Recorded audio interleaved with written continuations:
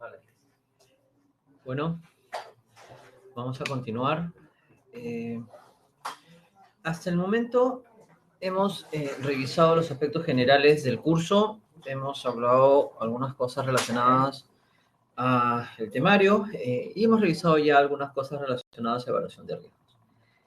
Hasta el momento, ¿algún punto que quieran precisar? ¿Alguna duda respecto a lo que hemos visto? ¿Algo que haya quedado pendiente? ¿Tienen alguna mención? ¿Algo que quieran comentar?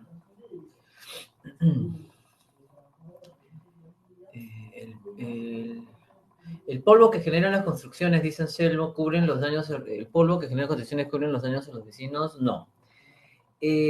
¿Por qué no? Ahorita vamos a justamente entrar ya en detalle a la póliza de construcción, pero les adelanto, ¿no?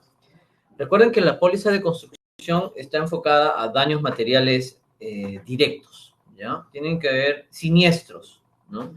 Entonces, un siniestro o un daño material específico, ¿no? En este caso sería más, obviamente, mucho más enfocado a un tema, por ejemplo, de limpieza, ¿no? Entonces, ese tipo de temas puede ocurrir o por la obra o por temas externos, o por el viento, o etcétera, ¿no? Es mucho más complejo. Ahora, claro, habría que ver si aparte de eso hay otras connotaciones, ¿no? Lo que sí va a cubrir la póliza de construcción es temas relacionados, por ejemplo, a contaminación. Ahora que vamos a entrar a ver temas de contaminación, los temas de contaminación súbita, imprevista, sí están cubiertas por las pólizas de construcción, al ser una póliza a todo riesgo, ¿ya? La póliza de RC, una póliza de RC adicional tendría que revisarse, ¿no? No he visto muchas, y habría que ver específicamente qué se quiere cubrir, ¿no? Y en función de eso enfocarlo, ¿ya? Temas específicos de contaminación, sí, ¿no? Las pólizas de construcción sí cubren la contaminación súbita e imprevista, ¿ya? Ahora lo vamos a ir detallando también. ¿Listo? Ok, vamos a continuar sobre esto. ¿Cómo pueden agruparse los seguros de ingeniería? Vimos una forma, ¿no? Hace unos minutos, antes del break, revisamos de que una forma de que esto se pueda suscribir adecuadamente es separándolo por lo que es proyectos y lo que es operación, ¿no? Infraestructura en funcionamiento. Y de las 8 pólizas quedaron como que 4 en la parte de operación, 4 en la parte, y 4 en la parte de proyectos. Otra forma de agrupar estos seguros de ingeniería de ramos técnicos, ¿no? Es la que ustedes pueden ver aquí en la lámina, ¿no? Aquellos que cubren el bien, o sea, el daño material, y aquellos que cubren la utilidad, ¿no? Aquellos que cubren los gastos relacionados a, por ejemplo, gastos fijos u otros, ¿no? Daños materiales, ¿qué pólizas cubren solo daño material? La póliza de construcción, la póliza CAR, la póliza de montaje, la póliza de rotura, la póliza de infraestructura en operación, las pólizas de equipo electrónico. Ahí tienen una serie de pólizas que aplican para daño material. Y otras que van a estar enfocadas a coberturar la utilidad, ¿no? La pérdida económica.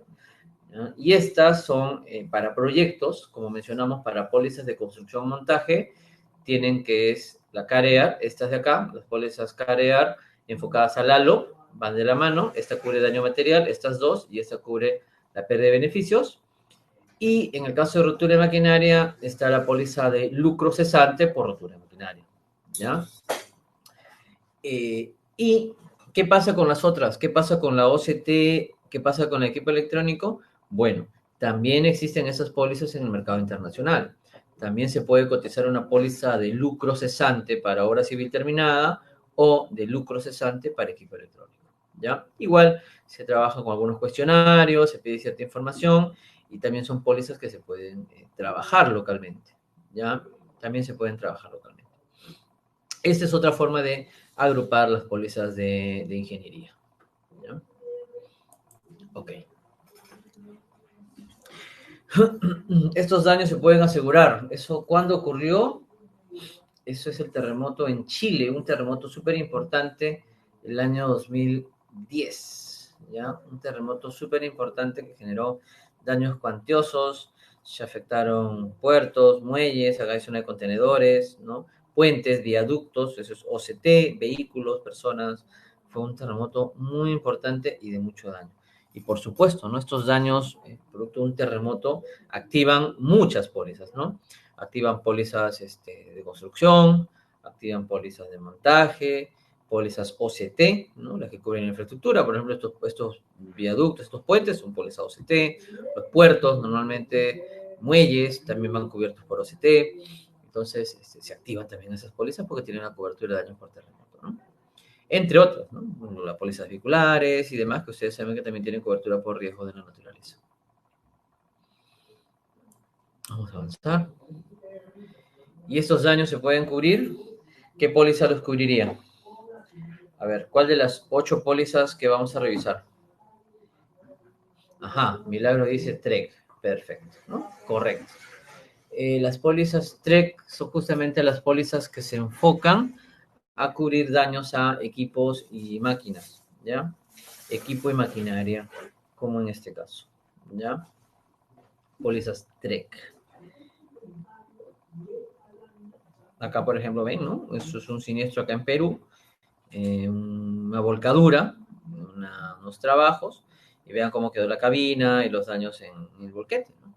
Entonces, igual, similar a las pólizas vehiculares, en las pólizas TREC vamos a tener daños siniestros de afectación, de pérdida parcial y de pérdida total, ¿no? Igual se tiene que hacer una revisión en talleres y cuantificar esa afectación que toca indemnizar. Ok. ¿Y estos daños se pueden asegurar? No. Ambos, solo uno, ¿no? Esto debe ser, lo más probable es por el tipo de unidad y por la zona en una mina, ¿no? ¿Ambos estarían cubiertos en una póliza TREC o no? ¿Qué piensan ustedes?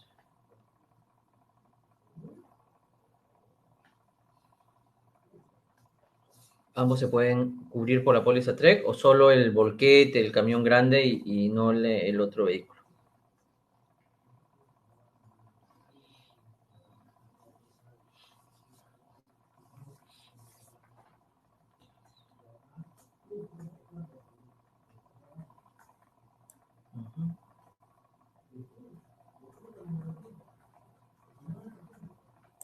Uh-huh. A ver, voy a esperar la respuesta. Anselmo dice, en las pólizas de RC de construcción. Ya.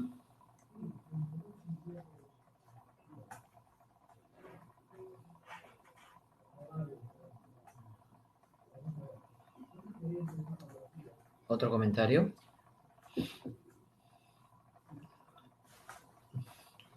Milagros y Anselmo están teniendo una participación activa.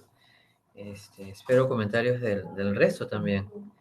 Puedan el resto comentar, participar sobre esto, ¿no?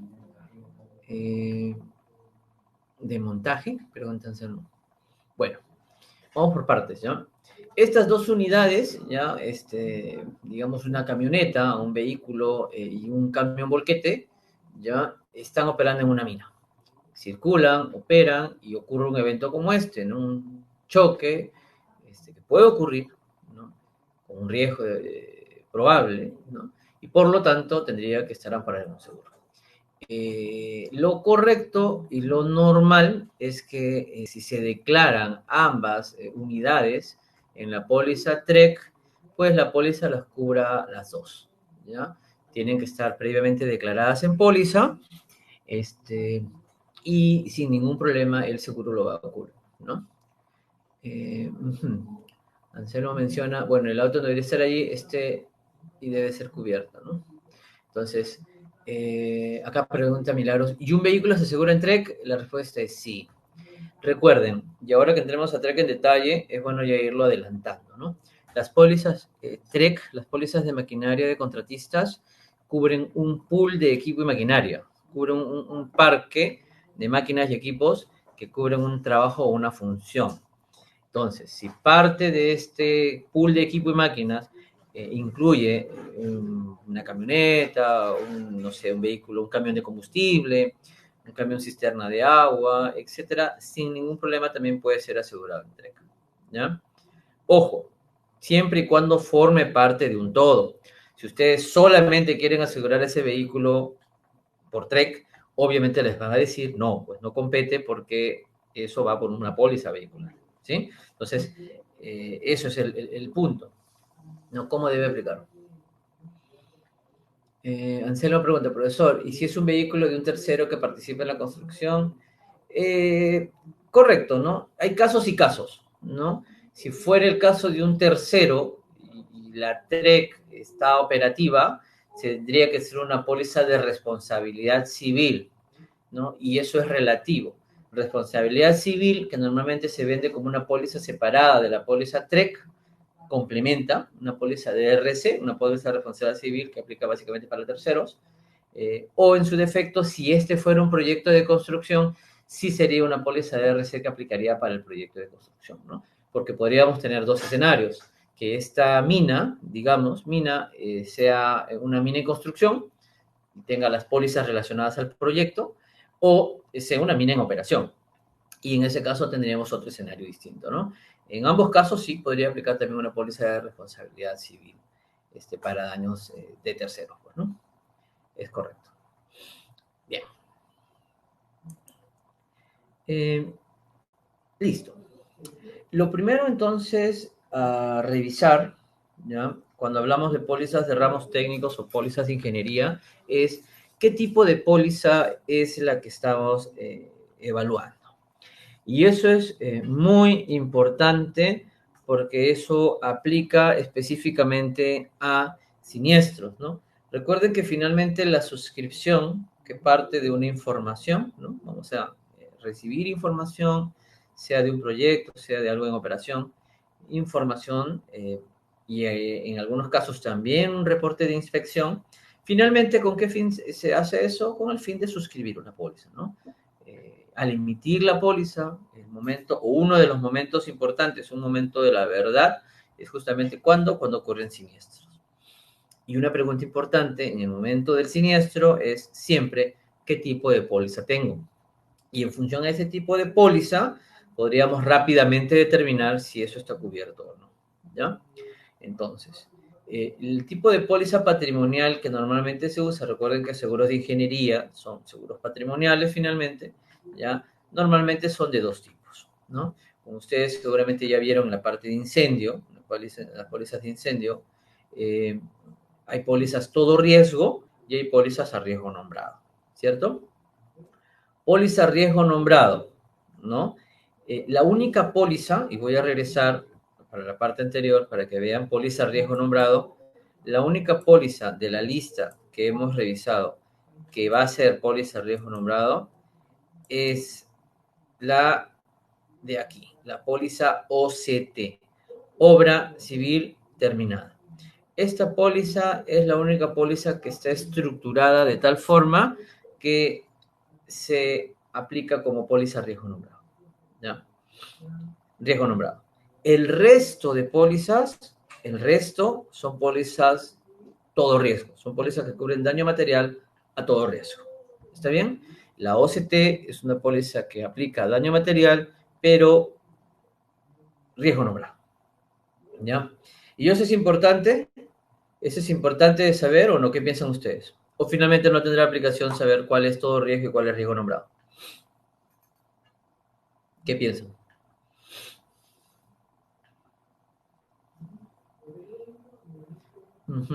Sí, ¿no? Claro. Es importante, ¿no?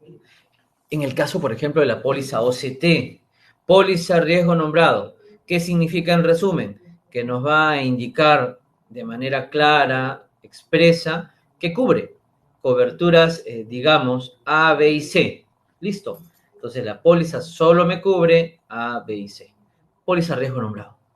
En el resto de casos, son pólizas todo riesgo.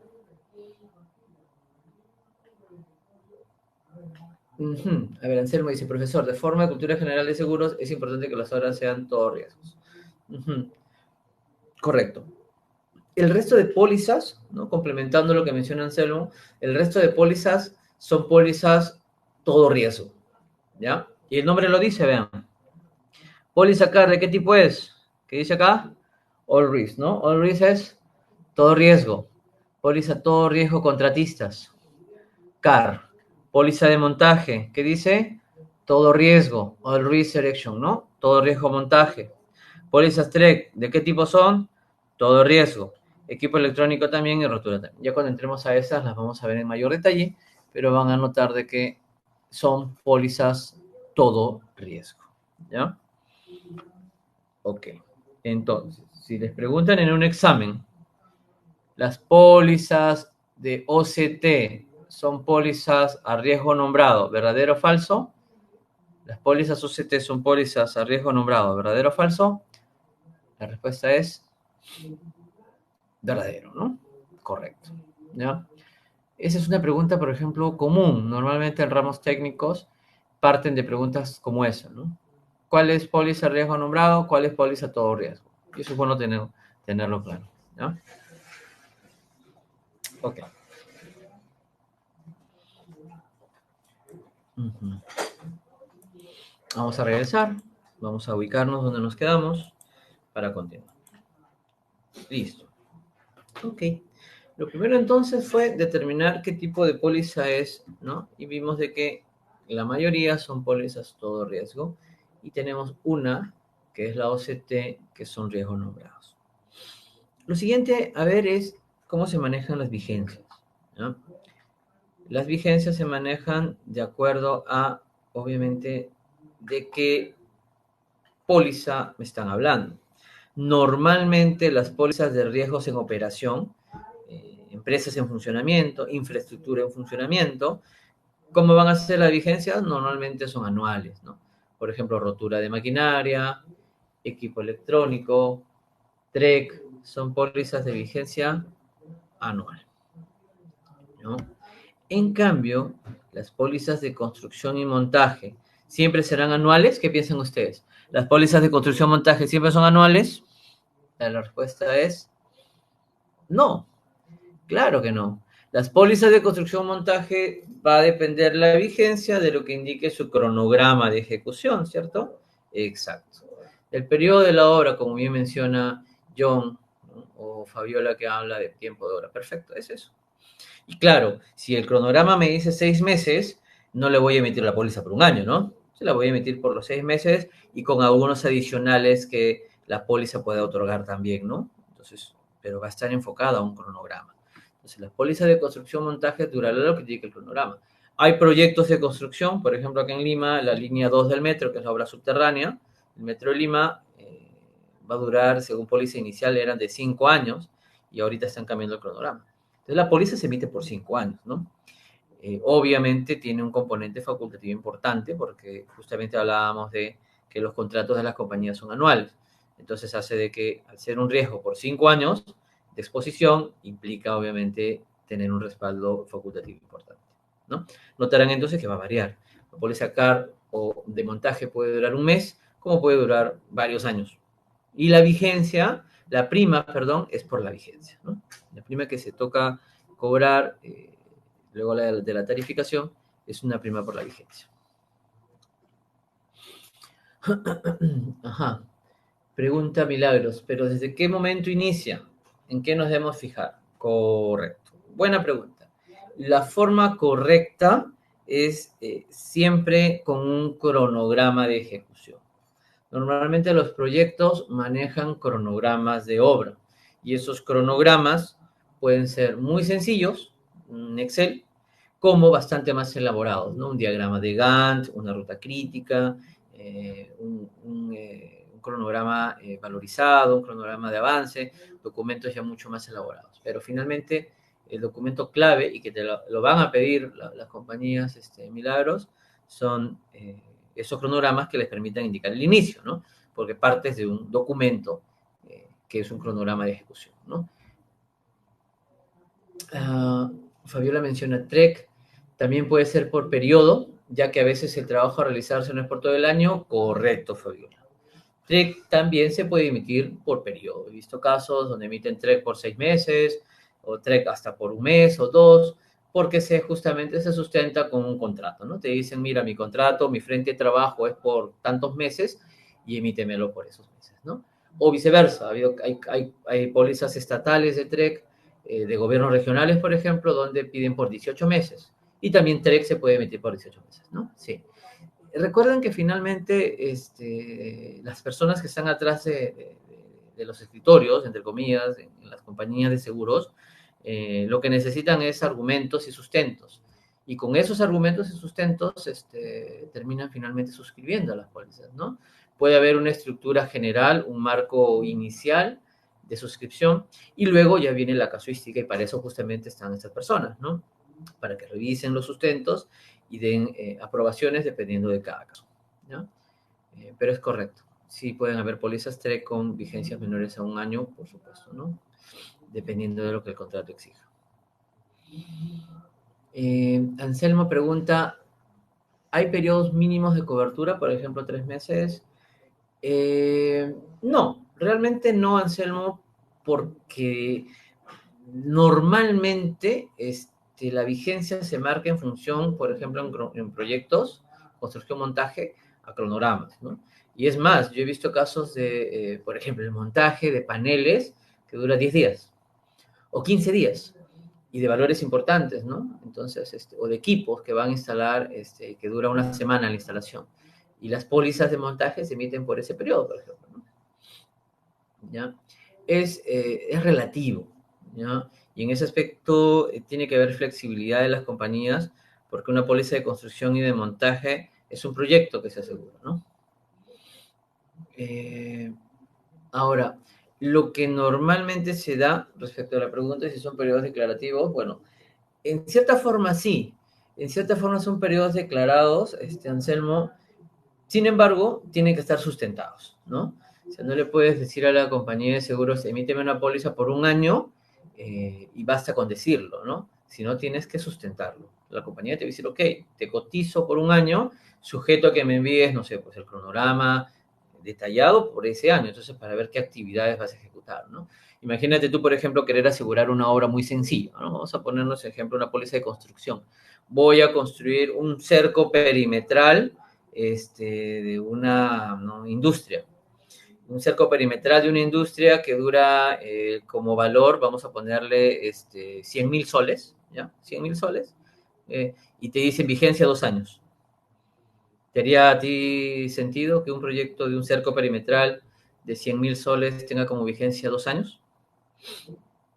Tendrías obviamente que pedir un sustento, ¿no? Y ese sustento justamente es un cronograma de ejecución. Ahora, créanme que de cara a las compañías también ellos manejan mucho esto en el día a día.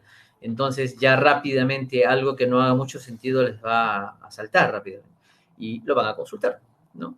Las preguntas van a ir saliendo y el detalle y las respuestas consistentes y sólidas y los documentos van a servir para que las compañías emitan las pólizas, ¿no? Pero hay obviamente casos y casos, ¿no? Cada caso tiene que ser obviamente revisado. Ok, vamos a avanzar. Historia un poquito, cómo esto nace, cómo esto funciona, ¿ya? Realmente los seguros de ingeniería nacen en la revolución industrial, justamente cuando sale todo esto, recuerden, de la máquina a vapor, y por ende con la creación de la máquina a vapor, la invención realmente de esta máquina a vapor, se crean las calderas, y con estas calderas, los vehículos que en ese momento eran las famosas acémilas, que eran los carruajes jalados por animales, sale un vehículo importante llamado el locomóvil. El locomóvil es un automóvil que era accionado por una máquina a vapor, que digamos que es el abuelo o bisabuelo de los vehículos actuales, ¿no? Este locomóvil era impulsado por uno de estos calderos, y mientras esto iba avanzando en el tiempo, fueron perfeccionándose, ¿no? A tal punto de que en el año 1824, un inglés construye ya un enorme vapor, ¿no? Imagínense un motor de vapor con 2 calderos, 4 cilindros, para un locomóvil ya de mayor tamaño, ¿no? Sin embargo, alrededor de 1850, justamente en Gran Bretaña ocurre una gran explosión en uno de estos calderos de un locomóvil, ¿no? Con los daños y afectaciones por esta explosión. Sin embargo, un grupo de empresarios y personas notaron en esto una oportunidad, ¿no? De que al haber un daño y una afectación al patrimonio, esto era requerido proteger de alguna manera, y nace el primer seguro de ingeniería, que es el de rotura de maquinaria, ¿no? El rotura de maquinaria nace justamente por la explosión de una caldera, ¿no? Y cubre justamente daños como ese, ¿no? Rotura de maquinaria justamente cubre daños internos como explosiones físicas en calderos, ¿no? Y también cubre otro tipo de equipo y máquina. Ok. Entonces, empezamos a detallar la primera póliza a revisar, que es la póliza de proyectos de construcción principalmente, ¿no? Proyectos de construcción, las pólizas CAR, que le llaman todo riesgo construcción, y que el nombre correcto es todo riesgo contratistas, ¿ya? El nombre correcto es todo riesgo contratistas. Vamos a ver primero la definición, luego qué coberturas tiene, que se asegura, y las principales exclusiones que tiene esta póliza, ¿ya? En las pólizas que vamos a revisar en este curso, siempre vamos a seguir este orden, ¿ya? Vamos a ver primero definiciones, luego qué se cubre, cuál es la materia asegurada y qué se excluye, para llevar siempre un orden en las pólizas. Ok. ¿Qué riesgos presentan los proyectos de construcción? ¿O no hay riesgos? ¿Qué dicen? Ejemplo, ese proyecto, ¿no?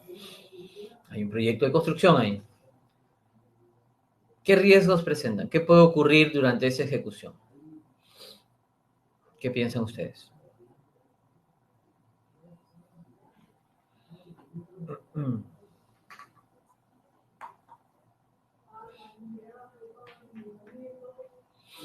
Ajá, derrumbamiento, correcto, ¿no? Puede haber un derrumbe, un colapso, ¿no? Una falla, ¿no? Imagínense acá, una falla humana, un error humano, sí. Una falla en la ejecución. Acá están colocando un sostenimiento lateral, unos muros que son unos muros anclados, unos sistemas de anclaje, llamados muros pantalla. ¿Para qué? Para justamente están excavando para hacer sótanos, ¿no? Están colocando sótanos. Riesgo de ejecución, correcto. ¿Qué más? Caída de personal, correcto, ¿no? Hay personas, ¿no? Recuerden de que todo el personal de la obra tiene que tener su propio seguro, ¿no? Su SCTR, ¿cierto? Por ley, ¿no? Y también hay personas próximas. Hay viviendas y hay personas que están cercanas, y por lo tanto, el tema de responsabilidad civil, ¿no? Entonces, sí van a haber ciertas coberturas específicas de responsabilidad civil, como lo mencionamos en las pólizas de construcción, que van a amparar daños a terceros. ¿Qué más? Jorge menciona que hay de maquinaria. Sí, es correcto, hay maquinaria que se puede afectar. Dijimos que esta maquinaria, lo normal es que se asegure en pólizas TREC, ¿no? ¿Recuerdan? En pólizas TREC. Eso es lo normal, ¿no? Esta maquinaria se asegura en póliza TREC. El daño material de estas máquinas se cubre en la póliza TREC, ¿ya? Ahora, ¿qué pasa si esta máquina genera un daño a un tercero? ¿Qué pasa si esta máquina, al hacer un trabajo, daña, por ejemplo, la vivienda lateral o una persona? ¿Eso está cubierto por RC? Sí, correcto. Y las pólizas de construcción van a amparar ciertas coberturas relacionadas a responsabilidad civil también. No es correcto lo que menciona Fabiola, no es responsabilidad civil directa, ¿ya? ¿Qué más? Me ha mencionado daños a las máquinas, a las personas, ejecución, falla, colapso, un derrumbe, ¿sí? Terceros. ¿Qué más? ¿No hay más riesgos? ¿Qué piensan ustedes?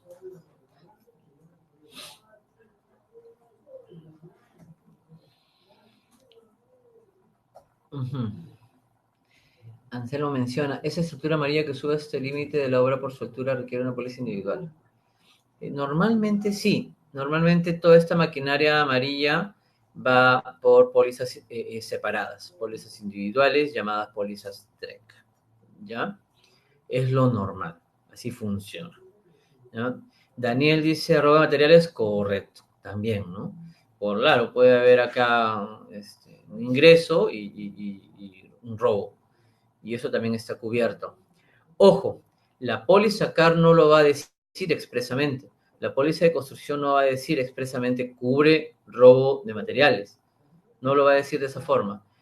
Sin embargo, ¿de qué tipo de póliza estamos hablando? ¿Qué tipo de póliza es la CAR? ¿Qué tipo de póliza es? ¿Riesgo nombrado o todo riesgo? ¿Qué tipo de póliza es la póliza CAR? Todo riesgo. Correcto, todo riesgo. Y por lo tanto, al ser una póliza todo riesgo, ¿qué es lo importante en una póliza todo riesgo? ¿Qué tenemos que mirar? Así el documento tenga 100 páginas. ¿Qué tenemos que mirar? ¿Qué es lo importante? Es una póliza todo riesgo, las exclusiones. Perfecto, Marixo. Perfecto, Daniel. Las exclusiones, ¿cierto? Si ustedes buscan una póliza de construcción, entonces lo crítico, lo importante son las exclusiones. Si no están exclusiones, automáticamente está cubierto. Y por lo tanto, si ustedes buscan cualquier póliza de construcción, no van a encontrar robo de materiales. No es común, salvo algo raro, algo particular, pero lo normal es que no lo tenga. Y por lo tanto, el robo de materiales automáticamente está cubierto, sin necesidad de que la póliza lo diga expresamente, ¿no? Ok. ¿Qué más? ¿No hay más riesgos? ¿Paramos de contar? Riesgo de ejecución. Por ejemplo, hace un rato mencionaron, errores de diseño, dice Anselmo, ¿no? En la conformación de material como el concreto, el cemento queda mal su contenido y obras. Correcto. Jaime menciona incendio, claro. Riesgo de incendio, de explosión, error de diseño, como menciona Anselmo, correcto. ¿Y los temas sociales, qué piensan?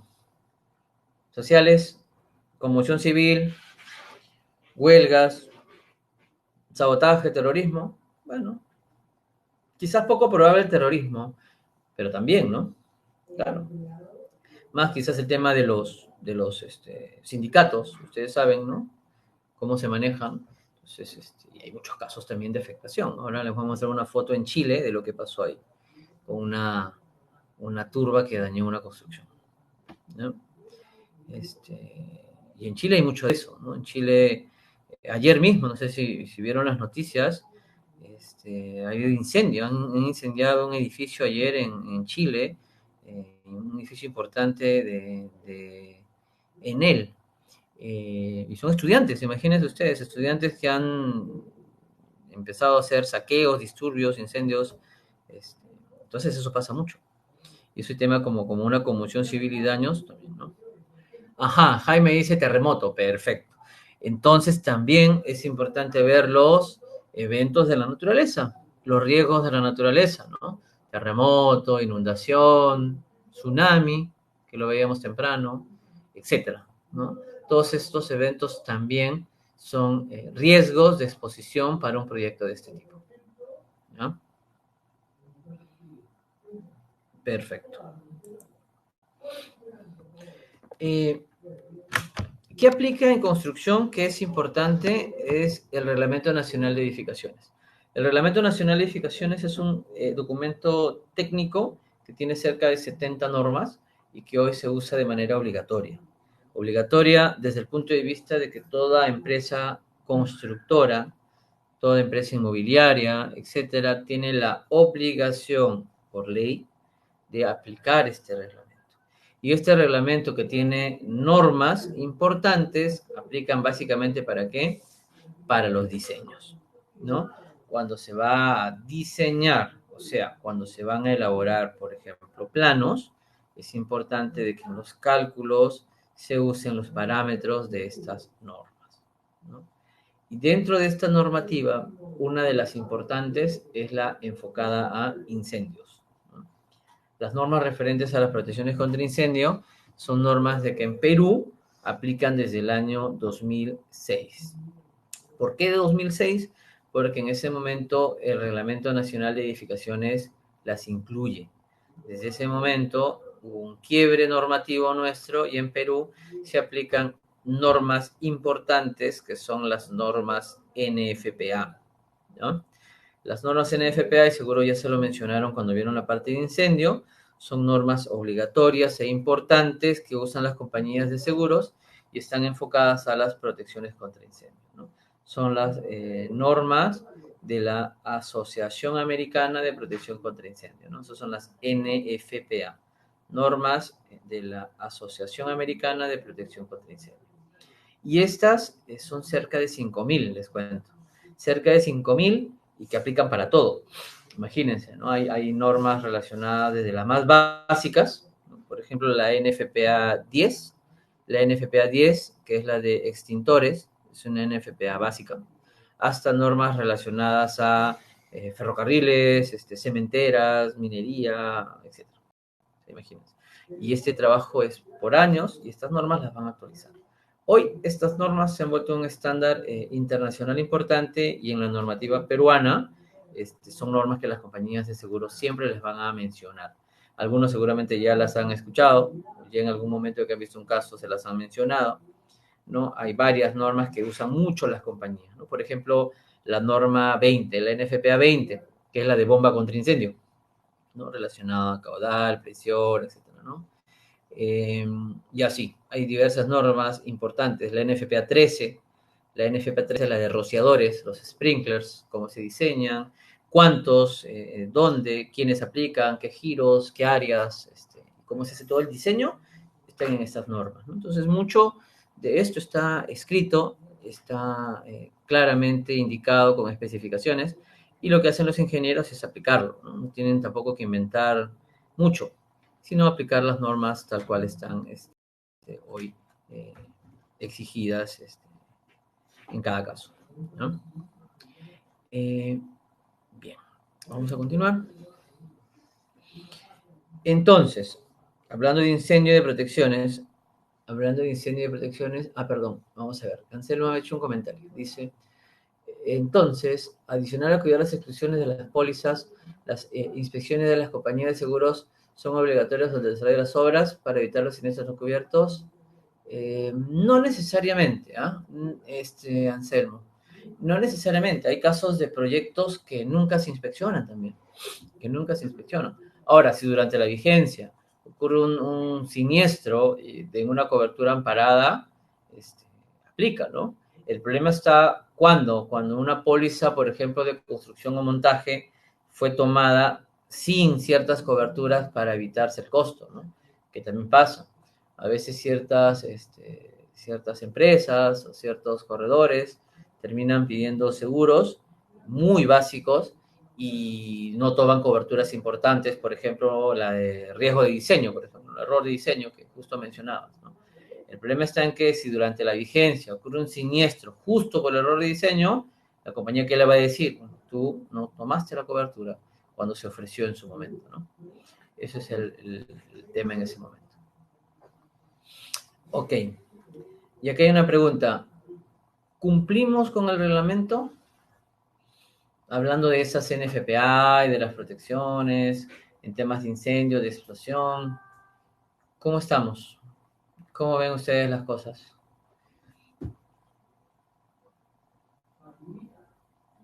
Bueno, Jaime dice no, Jorge dice no, pocos, ¿no? Pocos. Anselmo hizo un comentario también, dice, si hay un periodo muerto para la realización de obras, ¿cómo queda la vigencia de las pólizas? Ok, buena pregunta, Anselmo. Cuando hay proyectos paralizados, lo correcto es a dar aviso a la compañía para que si luego tú vas a necesitar tu proyecto, va a necesitar una extensión, el cobro sea mínimo y no sea la aplicación de la tasa normal, ¿no? ¿Por qué? Porque al ser una obra paralizada, ese tiempo, digamos, ejemplo fácil, digamos que la paralización sea 6 meses, tú sí tienes un avance de obra, ¿cierto? Entonces sí hay un patrimonio expuesto. ¿Expuesto a qué? A terremoto, inundación, etcétera, ¿no? Entonces, sin embargo, sí hay otros riesgos en esos meses que no vas a tener, por ejemplo, riesgo de ejecución, porque no estás haciendo ninguna obra. Entonces, eso sí es bueno informarlo a la compañía. Y lo hacen hoy, justamente ¿para qué? Para que, por ejemplo, en el momento que toque una prórroga, la compañía ajuste el precio al mínimo, o sea, solo te cobre en pocas palabras el costo catastrófico, más no otros riesgos de exposición como ejecución, y también te sirve avisarle para qué, porque si hay un fraccionamiento de pagos y tu obra está paralizada, entonces tú también puedes gestionar de que los pagos pendientes, digamos, no sé, pues pago en 4 cupones y pagaste 2, que los otros 2 que faltan los posterguen, ¿no? Sean pateados hasta fechas posteriores sin ningún problema. Eso se tiene que gestionar y es por eso que esa comunicación es tan importante, ¿no? Lo que hablábamos hace un rato es que estas pólizas que a veces se ven muy frías en un papel y terminan siendo a veces hasta guardadas y poco entendidas, son documentos vivos, más aún, por ejemplo, en temas de ingeniería, ¿no? En asegurar proyectos, porque como bien mencionan, los proyectos se paralizan, los proyectos incrementan valor, los plazos y los tiempos van cambiando y los mismos entregables en el tiempo también pueden ir cambiando. Y esta información es ideal irla siempre documentando e irla informando a las compañías, ¿no? Justamente para que esos ajustes de valor, ajustes de plazo y todo sean contemplados y bien sustentados. Entonces, a la hora que ocurre algún requerimiento posterior, no va a haber ninguna duda respecto a que existe claridad de lo que ha estado pasando en el proyecto, ¿ya? Súper importante. Bueno, regresando a la imagen, cumplimos con el reglamento. Yo estoy de acuerdo con lo que mencionan, ¿no? Realmente no se hace o se hace en muy poca medida, ¿no? Y un gran ejemplo es, por ejemplo, acá en Lima, ¿no? Que hay diversas zonas que no sé si ustedes saben que están restringidas por las compañías, o sea, son zonas en rojo, digamos, y que ninguna aseguradora, salvo error, omisión, un suscriptor distraído, una empresa o un comercial ávido de negocios, que lo acepte sin entender lo que está asegurando, ¿no? Porque como hablábamos al inicio, estas no estarían cumpliendo el reglamento, ¿no? Y el reglamento, nuestro reglamento, ¿no? Implica justamente temas de seguridad. El Reglamento Nacional de Edificaciones, ¿ya? El Reglamento Nacional de Edificaciones, desde el año 2016 lo viene mencionando, ¿no? Y habla de niveles de seguridad, ¿ya? Y habla realmente de 3 niveles de seguridad, ¿ya? Y aquí, ¿no? No estaría cumpliendo ninguna. Una es el nivel de seguridad, el que habíamos hablado al inicio, ¿ya? Está en los capítulos de este reglamento. El primero se llama seguridad estructural. Seguridad estructural. Eh, esta edificación, sin tener que ser ingenieros, ustedes, ¿ven que hay seguridad estructural? ¿Creen que ante un terremoto o un evento de ese tipo va a cumplir? Bueno, visualmente no se ven columnas y por el número de pisos tendría que tener hasta placas de concreto y ascensor a partir de 5 pisos para arriba según norma. Y estas imágenes, ¿saben de dónde son? Son de la zona que hoy en Perú y en Lima se considera el emporio comercial más importante, que es Gamarra, ¿no? Y Gamarra, que está en La Victoria, que tiene muchos edificios como este, venden millones y eso es bueno, ¿no? Sin embargo, no cumplen con los reglamentos, ¿no?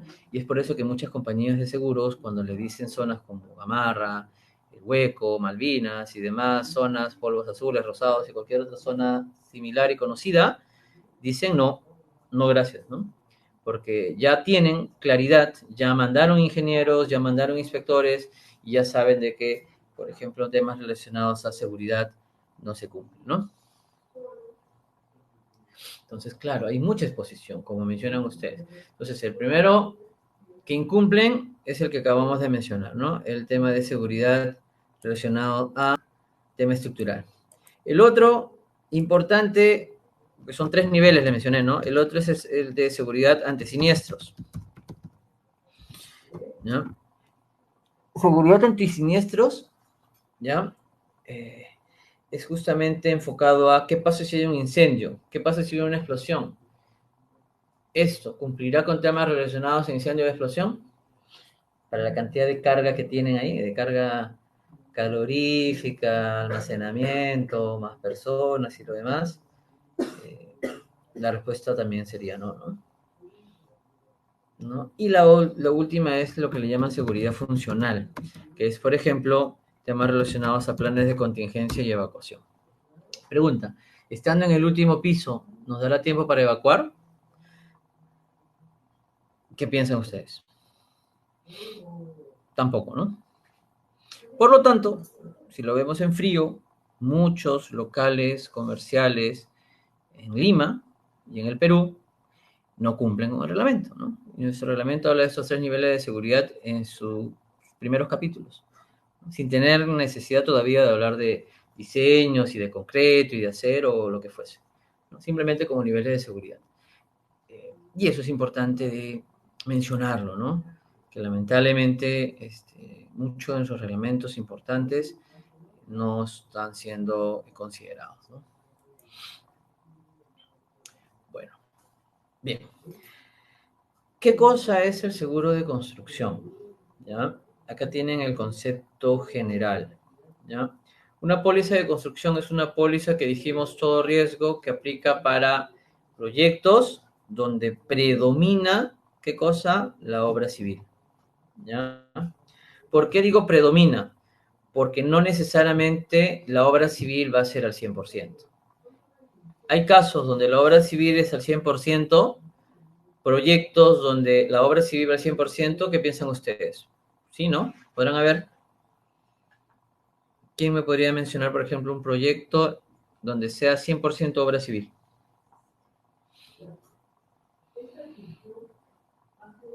¿O no hay?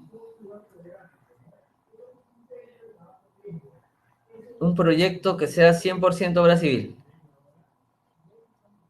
Una represa, uh-huh. Una carretera, uh-huh. Claro. Pistas y veredas, un canal de riego, también, ¿no? ¿Ok? Entonces sí hay. Sin embargo, pueden haber proyectos que no sean 100% obra civil, ¿no? Jaime menciona puentes, correcto, pero que también le vamos a dar CAR. Por ejemplo, la construcción de un edificio, ¿no?, en el que estamos, que tiene cerca de... ¿Cuántos pisos tiene este edificio? 12. 12. Por norma, este edificio de 12 pisos acá en San Isidro tiene ascensores, y los ascensores se montan, y es equipamiento, ¿cierto? Sin embargo, no se le da una póliza de montaje, se le da una póliza CAR. ¿Por qué se le da una CAR? Porque predomina la obra civil, porque el montaje del ascensor y el valor de eso es menor con respecto al proyecto integral, ¿no? Y eso es normalmente una forma importante de verlo, que en los proyectos yo puedo dar póliza de construcción o póliza de montaje, y un aspecto importante a validar o revisar es el presupuesto del proyecto, ¿no? ¿Qué cosa es el presupuesto? Es la valorización por partidas, ¿no? Los componentes que incluyen ese proyecto. Y eso está valorizado. Y en función a qué predomina, yo podría determinar si necesita construcción, póliza CAR, o si necesita una póliza de montaje, una póliza EAR, ¿no? Por ejemplo, un proyecto de electrificación o un proyecto de líneas de transmisión. ¿Qué es? ¿Póliza de construcción o póliza de montaje? Un proyecto de electrificación, ¿cómo lo ven ustedes? ¿Electrificación rural o una zona urbana? Un tendido.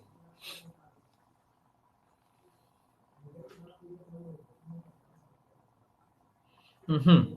Daniel dice montaje. Uh-huh. Jaime también dice montaje. Uh-huh.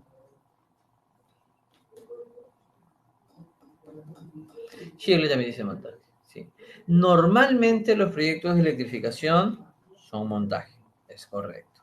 Ahora, ¿puede darse el caso de un proyecto de electrificación donde predomine la obra civil? Sí. Puede darse el caso donde, por ejemplo, toda la electrificación es la etapa 1, que incluye, no sé, pues postes de concreto, más los cimientos, más unas casetas, más unos almacenes. Y la parte civil o de suministro, perdón, de montaje y de suministros es menor. En esos casos, a pesar de ser electrificación, como título, lo que correspondería es una póliza CAR, ¿no? Por eso que les menciono de que es tan importante la revisión del presupuesto, ¿no? Y es un documento que siempre las compañías van a pedir, ¿no? El presupuesto y el cronograma, ¿no? Son los dos documentos de mayor importancia justamente para esto, ¿no? Ok. ¿Qué pasa, por ejemplo, si se hace el montaje de una nave industrial? ¿Qué seguro le dan? El montaje de una nave industrial. Una nave industrial, ¿no? Un hangar o algo grande, un almacén, un gran taller, una nave industrial. Montaje de una nave industrial. ¿Qué seguro le dan? ¿Póliza CAR o póliza EAR?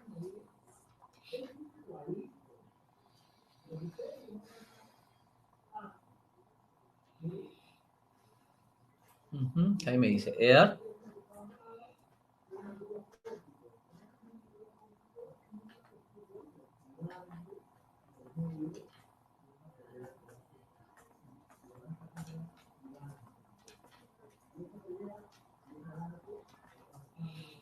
Daniel dice CAR. Ajá. Vamos 1-1. Un empate técnico. A ver, ¿quién más opina? Shirley dice CAR. Ya vamos 2-1.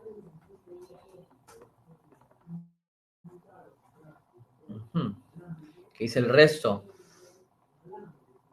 ¿Alguna opinión adicional? Milagro dice EAR. Uy, se empató de nuevo, 2-2. ¿Alguien más para el desempate?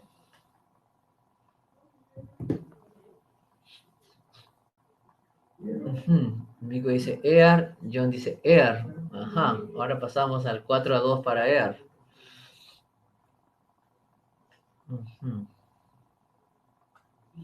Ok, bueno.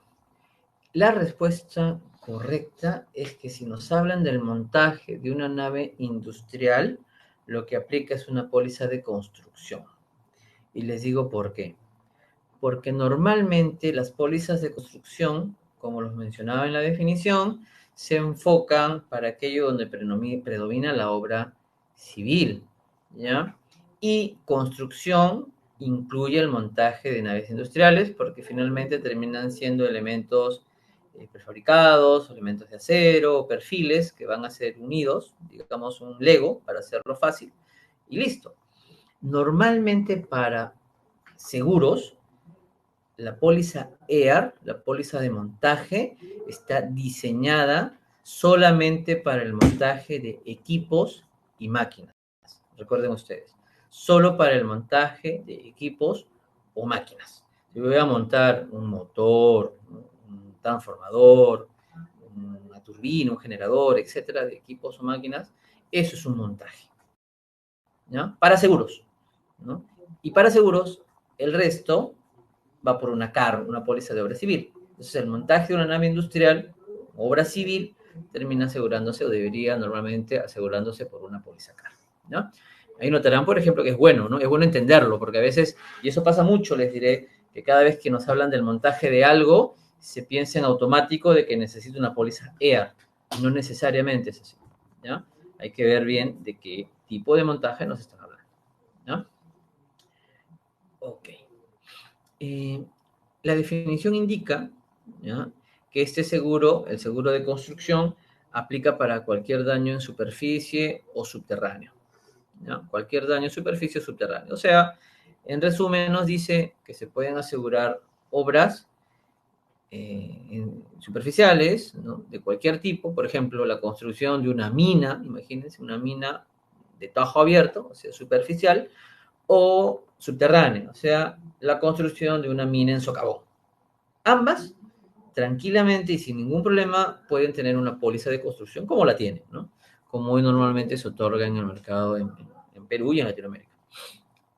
Como su mismo nombre lo indica, según la definición, cubre todos los daños, es una póliza todo riesgo que se enfoca en la obra civil, en los materiales de construcción, ¿no? Como bien lo habíamos mencionado, durante la vigencia de la póliza.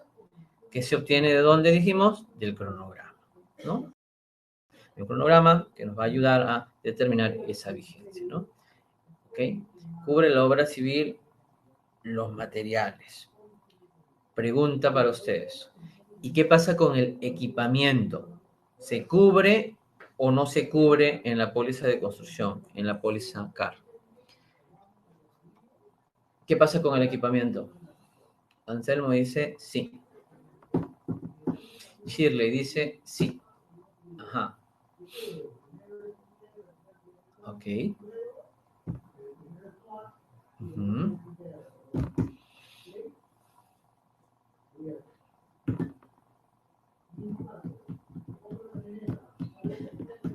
¿Alguien más? Ajá, Jaime nos dio una respuesta mucho más, digamos, enfocada, ¿no? Y dice, siempre y cuando esté en el presupuesto. Ajá, ok. Correcto. La respuesta es correcta. Sí se cubre. Lo que hay que tener cuidado es que, como mencionó justamente Jaime al final, y es una precisión muy acertada, este equipamiento debe formar parte del proyecto, ¿cierto? No cualquier equipamiento, ¿no? Entonces, la respuesta correcta sería, ¿se asegura el equipamiento? La respuesta es, depende. Depende si este equipamiento forma o no forma parte integrante del proyecto, ¿no? Les pongo un ejemplo. Si estamos asegurando un hospital y dentro del presupuesto se incluye el equipamiento médico y ocurre un siniestro durante el montaje e instalación de los equipos, construcción y todo lo que se está haciendo, está cubierto, pues, ¿no? Porque forma parte. Pueden haber otros equipos que se usen y que luego se retiran. Ejemplo, los equipos de topografía, ¿no? Ustedes saben de que cuando se hacen los trabajos iniciales, ¿qué se lleva? Estación total o los teodolitos, las miras, esos equipos generales que se han usado siempre en temas de topografía, pero una vez que los usas, luego los retiras, te los llevas a otra obra, a otro proyecto. Ese tipo de equipamiento no es cubierto en las pólizas de construcción, ¿no? Uh-huh. Anselmo dice, entonces, ¿quién fija las condiciones si está dentro o fuera de la obra de construcción? Lo hace el cliente. Lo hace el cliente, Anselmo, cuando declara un presupuesto. Recuerden de que la información la recibe la compañía, no la elabora. La información del cronograma y del presupuesto de obra lo recibe la compañía. Y ese presupuesto es lo que se asegura finalmente, ¿no? Y es ahí donde es importante que cuando se da el presupuesto se tenga una revisión de, por ejemplo, si incluye o no equipamiento. Y hay proyectos grandes que lo incluyen, ¿no? Temas educativos, teatros, o como les mencionaba, clínicas, hospitales, donde ya las compañías saben de que este equipamiento es parte de y posiblemente hagan algunas preguntas relacionadas a eso, ¿no? Este, recuerdo hace unos 4 años, ¿no? Hubo un siniestro importante en un hospital en Ayacucho, justamente por lluvias, era un hospital que estaba terminándose de construir, ocurrieron lluvias importantes, no habían terminado todavía las canaletas, el sistema de drenaje y se afectaron estos equipos, ¿no? Y ese siniestro le costó a la aseguradora un poco más de 4 millones de soles, ¿no? Que se tuvo que pagar por el daño de esos equipos, era un equipamiento médico y que forma parte integrante del proyecto porque está en la valorización, está en el presupuesto, ¿ya? Y es por eso, nuevamente, que es muy importante que se revise este documento, ¿no? Es por eso que las compañías piden un presupuesto detallado, ¿no? Eso lo sustenta. ¿Por qué? Porque si no se da un presupuesto detallado y se da un presupuesto global, por decir algo, no sé, proyecto de 10 millones de soles, y solamente sabes eso, y no sabes qué componentes, cómo se subdivide esos 10 millones de soles, entonces, claro, mañana ocurre un siniestro y mucho de lo que tú entendías no asegurado terminaría estándolo, por ejemplo, ¿no? Etcétera. Entonces, es súper importante para que ante un siniestro haya claridad de lo que se está cubriendo. Jaime, es importante para establecer la suma asegurada, es correcto. Es importante el presupuesto y la valorización detallada para que de acuerdo a esto se determine la suma asegurada. Eh, Anselmo dice, bueno, profesor, el presupuesto más debe formar parte de la suma asegurada. Sí, el presupuesto, con el presupuesto se obtiene la suma asegurada, ¿no? Y este detalle es muy importante, ¿no? El presupuesto, por ejemplo, incluye trabajos de demolición. Si el presupuesto lo indica que hay trabajos de demolición y la compañía emite la póliza, en automático te lo está cubriendo porque forma parte del presupuesto. Es por eso que es tan importante este detalle. Ok. Pólizas de construcción, ¿quiénes lo toman? Lo toma el dueño, obviamente, el dueño, el propietario, lo toman los contratistas o subcontratistas, ¿no? Los que tienen el contrato y la responsabilidad de la ejecución, y aquellos que son los acreedores o los que financian la obra, ¿no? Los financistas, los bancos, etcétera, que también son interesados en que el proyecto se ejecute bien, justamente este, de alguna manera tienen interés en que este seguro CAR esté aplicándose, ¿no? Ok. Eh, Algo importante que yo les sugiero, en el caso de ver pólizas de construcción y pólizas de montaje, es siempre revisar definiciones, ¿ya? En el Reglamento Nacional de Edificaciones, la norma G030 o 40, hay dos capítulos relacionados a definiciones. Y es bueno que revisen, porque hay ciertos términos técnicos que se usan mucho y a veces la compañía les puede hacer preguntas relacionadas a eso. Como son términos bastante técnicos enfocados a proyectos, a veces no son fáciles de entender. Entonces, muchos de estos conceptos y definiciones relacionados a proyectos de construcción o de montaje están en el Reglamento Nacional de Edificaciones, ¿ya? Sótanos, semisótanos, temas relacionados a vulnerabilidad, también son temas que normalmente se revisan, ¿ya? Eh, Anselmo dice, ¿el asegurado es uno de ellos o puede ser todos a la vez? El asegurado es uno, sí, correcto, y también puedes poner asegurados adicionales, es común también, ¿no? Normalmente puede estar el contratista como asegurado y se pueden poner asegurados adicionales, por ejemplo, los bancos, ¿no? Terminan siendo como asegurados adicionales, ¿no? O en proyectos de carretera, por ejemplo, ¿qué ocurre? Se asegura la carretera, lo toma un contratista, ¿no? Una empresa, y como asegurado adicional también puede aparecer, por ejemplo, el Ministerio de Transporte, ¿no? Porque es, digamos, quien le está dando la obra o el proyecto. Entonces es válido. Bien. Conceptos importantes que se mencionan en las pólizas de construcción son estos, ¿ya? En pólizas de construcción, por ejemplo, hay una condición especial que todas las compañías colocan y esta habla sobre el nivel freático. Y menciona que ciertas variaciones no contempladas no van a estar aseguradas, ¿no? Entonces, si hay una condición especial que hable de nivel freático, lo primero es entenderlo, ¿no? ¿Qué cosa es eso? ¿De qué me están hablando? Muchos de ustedes quizás lo conocen y quizás otros no. ¿Qué es el nivel freático? ¿Alguien me puede decir?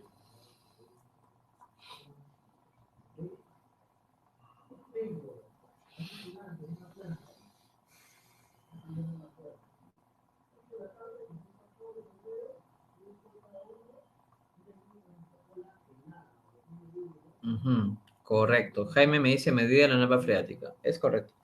El nivel freático es un término que denota el nivel al cual se encuentra el agua subterránea de alguna manera, ¿no? Hay ciertas zonas del país, ¿no? Por ejemplo, si se van cerca al mar, donde el nivel freático está cercano, justamente por la cercanía al mar, ¿no? Hay otras zonas donde el nivel freático está mucho más profundo, ¿no? Por ejemplo, nosotros aquí, el Instituto IPS está en San Isidro, y aquí el nivel freático está más o menos a 60 metros de profundidad. Entonces tendríamos, imagínense, ¿no? Que hacer una excavación, un pozo, poner una bomba, un pozo, 60 metros de profundidad, y empezar a succionar con la bomba agua subterránea, ¿no?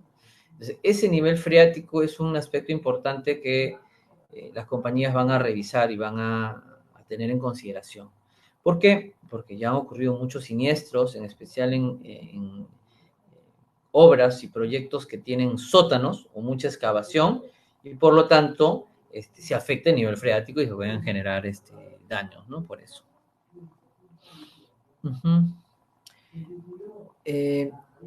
Anselmo dice, el agua debajo de la tierra y su capacidad para hacer la superficie. No.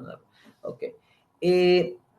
Esto del nivel freático finalmente denota un tema de exposición, ¿no?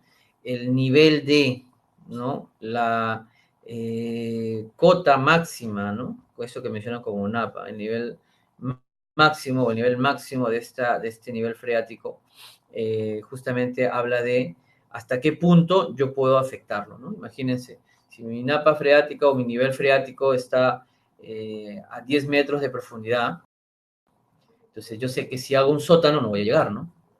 Porque un sótano tiene más o menos no más de 3 metros de profundidad. Si hago 2 sótanos, estoy en 6 metros. Pero si yo voy a hacer 5 sótanos, ya pasé los 15 metros de profundidad, y si mi nivel freático está en 10, entonces sí tengo que tener en consideración que tengo que tomar posiblemente medidas adicionales de seguridad, un diseño especial, ¿no? Por ejemplo, esos muros anclados que vimos, porque esos muros anclados, esos muros pantalla que vimos en la primera imagen, ¿se acuerda de los sótanos? Eso, por ejemplo, es un sistema que impermeabiliza, que ayuda a que no haya afectación del nivel freático.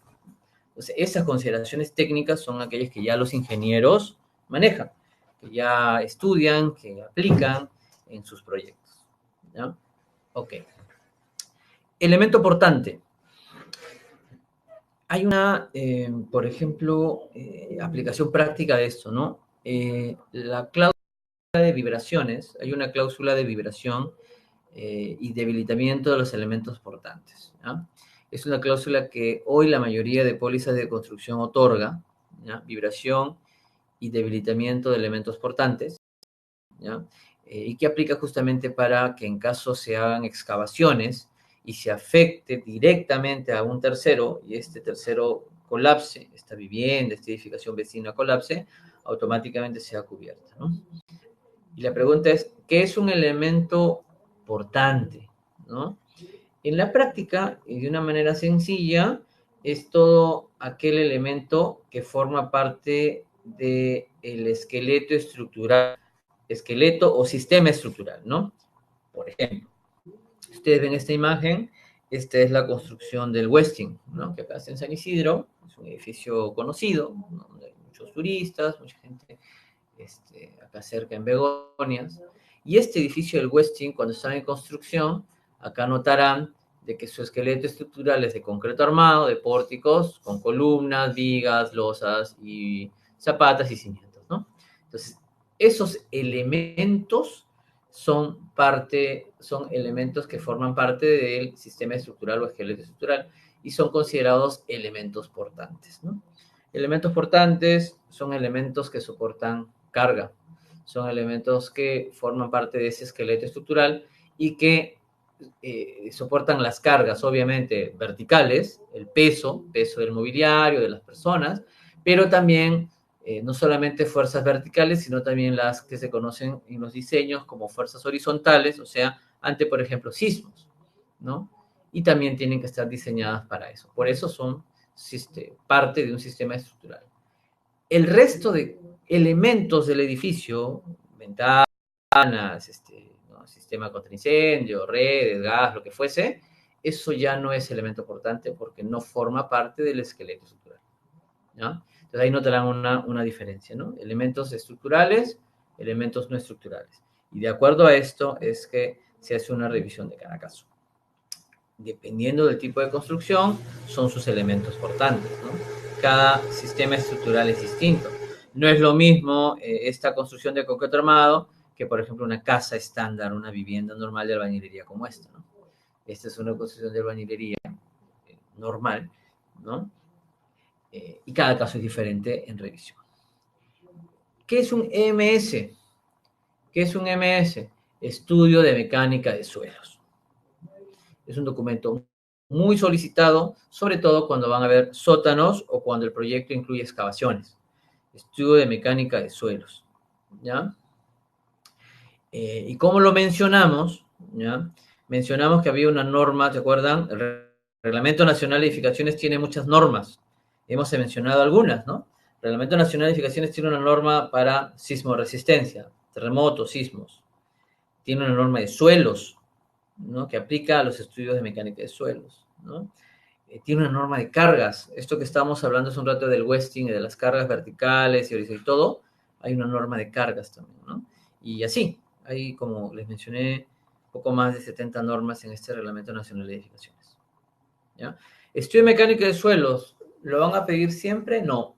Se lo van a pedir normalmente cuando un proyecto tenga, hoy de 2 a 3 sótanos a más, ¿ya?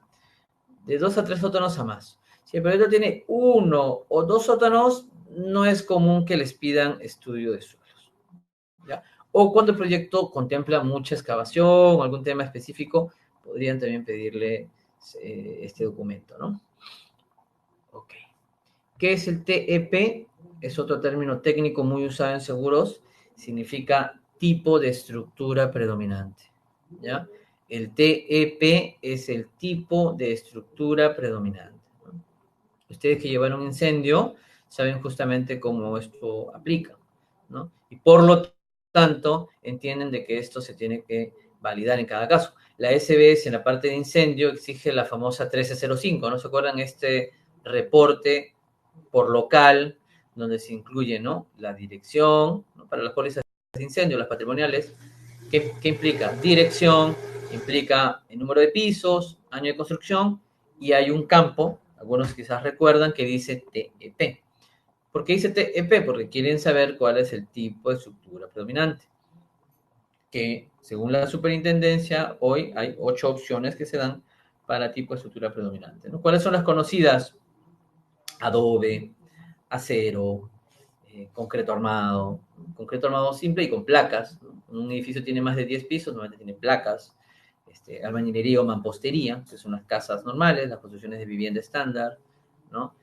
Grandes naves industriales o almacenes, y otros. Otros implica construcciones distintas a edificios normales, ¿no?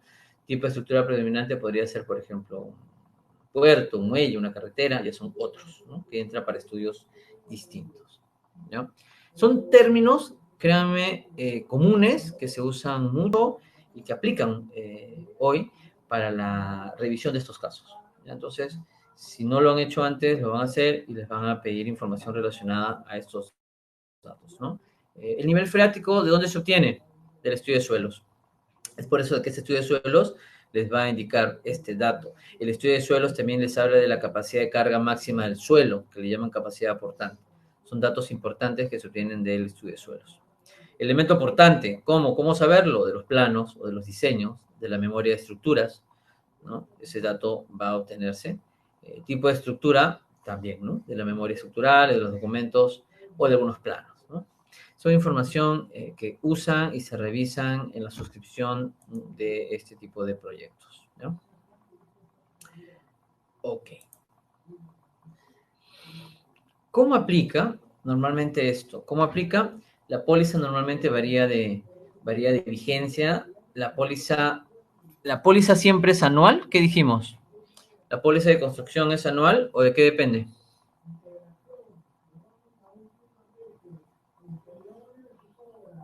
¿Es anual o no? ¿Qué piensan?